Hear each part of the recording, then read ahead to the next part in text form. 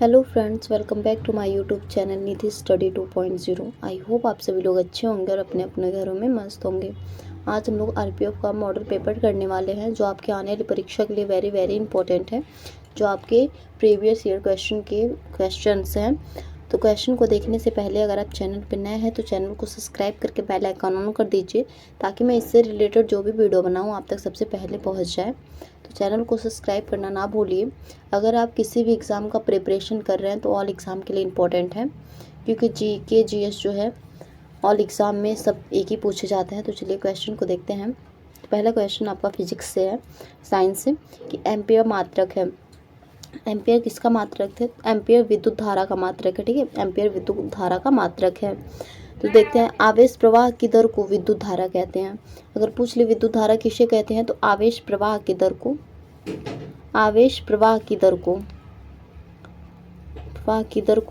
विद्युत धारा कहते हैं। तो राइट आंसर आपका डी हो गया। ठीक है, और इसका मात्रक एम्पियर होता है। अब नेक्स्ट क्वेश्चन देखते हैं। निम्नलिखित में से कौन सा विकल्प निष्क्रिय गैस नहीं है? तीन इसमें से जो विकल्प हैं ये निष्क्रिय गैस है, एक निष्क्रिय गैस नहीं है। इसमें से एक निष्क्रिय गैस कौन सा नहीं है? क्रिप्टॉन, आर्गन, जेनान या क्लोरीन। इसमें से कौन सा नहीं है? तो क्लोरीन नहीं है। ठीक है, क्लोरीन आपका निष्क्रिय गैस नहीं है। जो शून्य वर्ग के तत्वों में आते हैं वो निष्क्रिय गैस होते हैं। जैसे आपका कौन कौन सा हो गया? हीलियम हो गया, हीलियम के बाद नियान हो गया, नियान के बाद आर्गन हो गया, आर्गन के बाद क्या? क्रिप्टॉन हो गया, क्रिप्टॉन के बाद जेनान हो गया, जेनान के बाद रेडान हो गया। ठीक है, तो जितने आपको लिखवाए हैं ये सब आपका निष्क्रिय गैस है। कौन कौन सा है? तो हीलियम, नियान, आर्गन, क्रिप्टॉन, जेनान, रेडान। ठीक है, ये आपकी निष्क्रिय गैस है। क्लोरीन इसमें निष्क्रिय गैस नहीं है। इसका परमाणु क्रमांक संख्या कितना है? इसका परमाणु क्रमांक संख्या तो ये 17 इसका परमाणु क्रमांक संख्या है। तो डी राइट आंसर हो गया। अब नेक्स्ट क्वेश्चन बायोलॉजी का क्वेश्चन है। मानव शरीर में क्रोमोसोम की संख्या क्या है? तो मानव शरीर में क्रोमोसोम की संख्या क्या है? तो आपका जो आरपीएफ का है एग्ज़ाम, उसमें पॉलिटी बहुत अधिक पूछा जाता है, तो पॉलिटी का क्वेश्चन है। ठीक है, तो देखते हैं इस क्वेश्चन को। 40 है, 43 है, 46 है, 48 है। तो राइट आंसर क्या होगा? 46 है। ठीक है, 46 है। मानव शरीर में 23 जोड़े क्रोमोसोम, ठीक है, 23 जोड़े 46 गुणसूत्र होता है। 23 जोड़े का होता है 46 गुणसूत्र क्रोमोसोम। ठीक है, क्रोमोसोम आपका होता है जो 23 जोड़ा रहता है। 22 जोड़े आपके समान रहते हैं, 22 जोड़े आपके समान रहते हैं। ठीक है, 22 जोड़े समान रहते हैं। और जो 23वां जोड़ी है ये समान नहीं होते हैं। तो इसे हम लोग क्या कहते हैं? जो समान नहीं होता 23वां जोड़ी को ऑटोसोम कहते हैं। ठीक है, ऑटोसोम्स कहते हैं। इसका राइट आंसर आपका सी हो गया। नेक्स्ट देखते हैं आपका हॉर्नबिल महोत्सव निम्न में से किस राज्य में मनाया जाता है? जो हॉर्नबिल महोत्सव है निम्न में से किस राज्य में मनाया जाता है? सभी लोगों को पता होगा, नागालैंड। इसका राइट आंसर तो नागालैंड होगा और सभी लोगों को पता भी होगा। ये किस लिए मनाते हैं? अब हम आपसे क्वेश्चन कर रहे हैं कि हॉर्नबिल महोत्सव किस लिए मनाते हैं। तो ये नागालैंड की स्थापना दिवस के उपलक्ष्य में, जो नागालैंड की स्थापना दिवस के उपलक्ष्य में आपका हॉर्नबिल महोत्सव मनाया जाता है नागालैंड में। तो राइट आंसर ये आपका हो गया। नेक्स्ट, वैदिक सभ्यता डैश नदी के तट पर विकसित हुई। वैदिक सभ्यता किस नदी के तट पर विकसित हुई? गोदावरी, कावेरी, कृष्णा या सरस्वती? तो ये सरस्वती। ठीक है, इसका राइट आंसर क्या होगा? तो सरस्वती नदी पर। ठीक है, और वैदिक सभ्यता के दौरान एक और आपका हुआ था, क्या हुआ था? वैदिक सभ्यता के दौरान वेदों की संरचना हुई थी। लेकिन बहुत से वैज्ञानिकों का ये कहना है कि मतलब जो वेद है वो चलता चला आ रहा है, इसका प्रमाण नहीं है। लेकिन वैदिक सभ्यता के दौरान ही वेदों की रचना हुई थी, कुछ का कहना है। वैदिक सभ्यता का कार्यकाल बता दीजिए। वैदिक सभ्यता का कार्यकाल क्या है? तो 1500 BC से कितना BC आपका चला? तो 500 BC। वैदिक सभ्यता का कार्यकाल था 1500 BC से 500 BC तक। इसका राइट आंसर डी हो गया। अब नेक्स्ट, यमुना नदी के तट पर दीनपना शहर की नींव किसने रखी? ये जो दीनपना है शहर, एक दीनपना शहर है, इसकी नींव किसने रखी? अकबर, शाहजहां, हुमायूं या जहांगीर? तो इसका राइट आंसर क्या होगा? हुमायूं।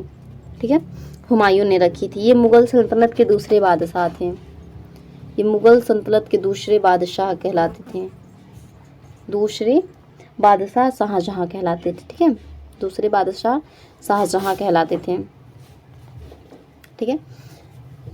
अब नेक्स्ट देखते हैं, ये किस वर्ष में बनवाया गया, ये तो हम भूल गए, किस वर्ष में बनवाया गया था दीनपना की शहर, किस वर्ष में बना था, तो आप लोग बता दीजिए। तो ये 1533, ठीक है, 1533 ईस्वी में बनाया गया था, नींव इसकी पड़ी थी 1533 ईस्वी में। तो इसका राइट आंसर सी हो गया, हुमायूं।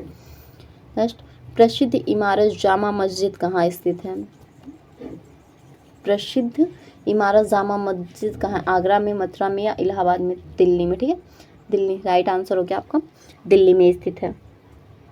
और ये जो लाल किला है उससे 500 किलोमीटर दूर है। और ये बनवाया किसने था, अब हम ये पूछते हैं कि इमारत जामा मस्जिद किसने बनाया था, तो इसका आंसर आप लोग दीजिए। तो मुग़ल बादशाह शाहजहाँ ने बनवाया था, ठीक है, इसको शाहजहाँ ने बनवाया था। और कब बनवाया था, वर्ष बताइए कब बनवाया था, तो 1656 में बनवाया था,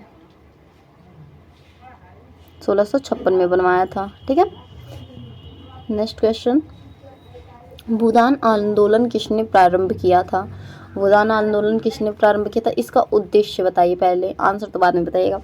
इसका उद्देश्य क्या था भूदान आंदोलन का, तो जो आपका उद्देश्य, इसका मेन उद्देश्य था 12 मिलियन, ठीक है, 12 मिलियन एकड़, जो आपका 12 मिलियन एकड़ भूमि है, वो भूमि जो हीन थे, जिनके पास भूमि नहीं थी, उन्हें प्राप्त कराना था, ठीक है, जो मतलब जिनके पास भूमि नहीं थी, ज़मीन नहीं थी, उनको प्राप्त कराना था। और ये किसने प्रारंभ किया था, रविन्द्रनाथ टैगोर, राम मनोहर लोहिया, विनोबा भावे, अरविंद घोष। तो इसका राइट आंसर क्या होगा, तो विनोबा भावे, ये एक स्वतंत्र सेनानी थे, ठीक है, ये एक स्वतंत्र सेनानी थे, विनोबा भावे, ठीक है। ये आंदोलन कब चला, तो 1951 से 1957 तक, ठीक है। तो इसका राइट आंसर सी हो गया, विनोबा भावे भूदान आंदोलन को प्रारंभ किया था। और इसका मेन उद्देश्य था जो भी भूमिहीन थे, जिनके पास भूमि नहीं थी, उनको भूमि प्राप्त कराना। नेक्स्ट, भारत का मूल रूप संविधान डैश द्वारा हाथ से लिखा गया था, तो जो हमारा संविधान है किसके द्वारा हाथ से लिखा गया था, रफ़ी अहमद किदवई, कैलाश नाथ किदवई, प्रेम बिहारी नारायण रायजादा, कन्हैयालाल मानिकलाल मुंशी। तो इसका राइट आंसर क्या होगा बताइए, तो प्रेम बिहारी रायजादा, ठीक है, प्रेम बिहारी नारायण रायजादा।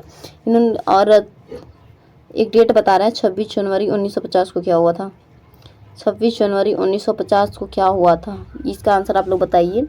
तो इस टाइम, इसी समय संविधान को मूल रूप से अपनाया गया, ठीक है। और इसकी मूल प्रति कैसे किस में लिखी गई है, मूल प्रति किस में लिखी गई है, संविधान की मूल प्रति किस में लिखी गई है, तो हिंदी और अंग्रेजी दोनों में लिखी गई है, ठीक है, दोनों में हस्ताक्षरित है जो लिखी गई है, हिंदी और अंग्रेजी। अब नेक्स्ट क्वेश्चन देखते हैं कि राज्य और केंद्र शासित प्रदेश की सूची भारत के संविधान की अनुसूचित में उल्लेखित है, तो किसमें राज्य और केंद्र शासित जो है ये दो, ये किस भारत मतलब संविधान की किस अनुसूची में उल्लेखित है, दूसरी, चौथी, तीसरी या पहली। तो राइट आंसर आपका क्या होगा, इसका राइट आंसर बताइए। तो पहली अनुसूची में, ठीक है, पहली अनुसूची। अब नेक्स्ट, संविधान में कितने वर्ष से कम आयु के बच्चों को श्रम का प्रावधान नहीं है, ये किस आर्टिकल में लिखा है, श्रम का प्रावधान जो बच्चों के लिए किस आर्टिकल में लिखा गया, आप लोग आर्टिकल इसका बता दीजिए, कौन सा आर्टिकल, तो आर्टिकल 24 है। ये तो पता है कि आर्टिकल 24 में लिखा है कि 14 वर्ष से कम बच्चों को श्रम का प्रावधान नहीं है। तो राइट आंसर आपका इसमें क्वेश्चन में ही मिल गया कि 14 वर्ष से कम बच्चों को श्रम का प्रावधान नहीं है, तो राइट आंसर आपका सी हो गया, ठीक है। आर्टिकल 24 में क्या लिखा है कि किसी बालक को किसी कारखाने में काम करने के लिए नियोजित नहीं किया जाएगा, उसे मजबूर नहीं किया जाएगा, जब तक वो 14 साल का है, उससे कम है तो आप उसे मजबूर नहीं कर सकते हैं। नेक्स्ट क्वेश्चन, मुख्य सचिव का चयन कौन करता है, मुख्य सचिव का चयन कौन करता है, राज्यपाल, प्रधानमंत्री, राष्ट्रपति और राज्य का मुख्यमंत्री। तो इसका राइट आंसर क्या होगा, राज्य का मुख्यमंत्री करता है। और केंद्र का मुख्य सचिव, ये तो मुख्य सचिव का हुआ, लेकिन केंद्र के मुख्य सचिव, इसका चयन कौन करता है? केंद्र के मुख्य सचिव का, तो इसका चयन करते हैं प्रधानमंत्री, ठीक है, इसका चयन पीएम करते हैं।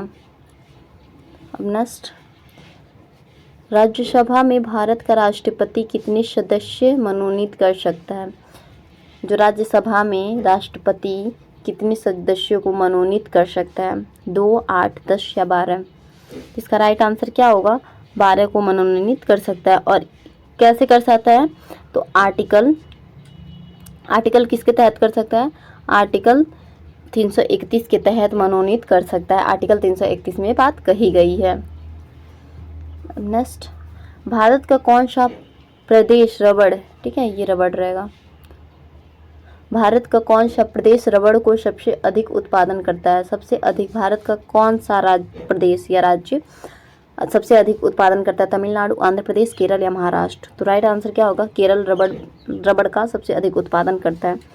अब विश्व का थाईलैंड, ठीक है, विश्व का थाईलैंड सबसे अग्रणीय देश है, ठीक है, रबड़ उत्पादन में। थाईलैंड रबड़ उत्पादन में विश्व के सबसे अग्रणीय देश है। तो राइट आंसर आपका सी हो गया। नेक्स्ट, निम्नलिखित में से कौन सी नदी डेल्टा नहीं बनाती है? डेल्टा नहीं बनाती, यहाँ पे आप लोग देख लीजिए, डेल्टा नहीं बनाती है। कौन कौन सी नदी? इसमें से कौन सी नदी? एक नदी नहीं है, ये तीनों आपकी डेल्टा बनाती है, लेकिन नर्मदा नदी आपका डेल्टा नहीं बनाती है, ठीक है। ये अरब सागर में गिरने वाली सबसे लंबी नदी है।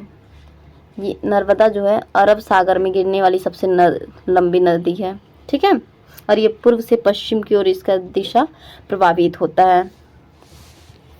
तो आई होप आप लोगों को ये सेशन बहुत ही अच्छा लगा हो। अगर थोड़ा भी अच्छा लगा हो तो चैनल को सब्सक्राइब करना ना भूलें। चैनल को सब्सक्राइब करके बेल आइकन ऑन कर दिए, ताकि मैं इससे रिलेटेड जो भी वीडियो बनाऊँ आप तक सबसे पहले पहुंच जाए। तो मिलते हैं नेक्स्ट वीडियो में, तब तक के लिए धन्यवाद।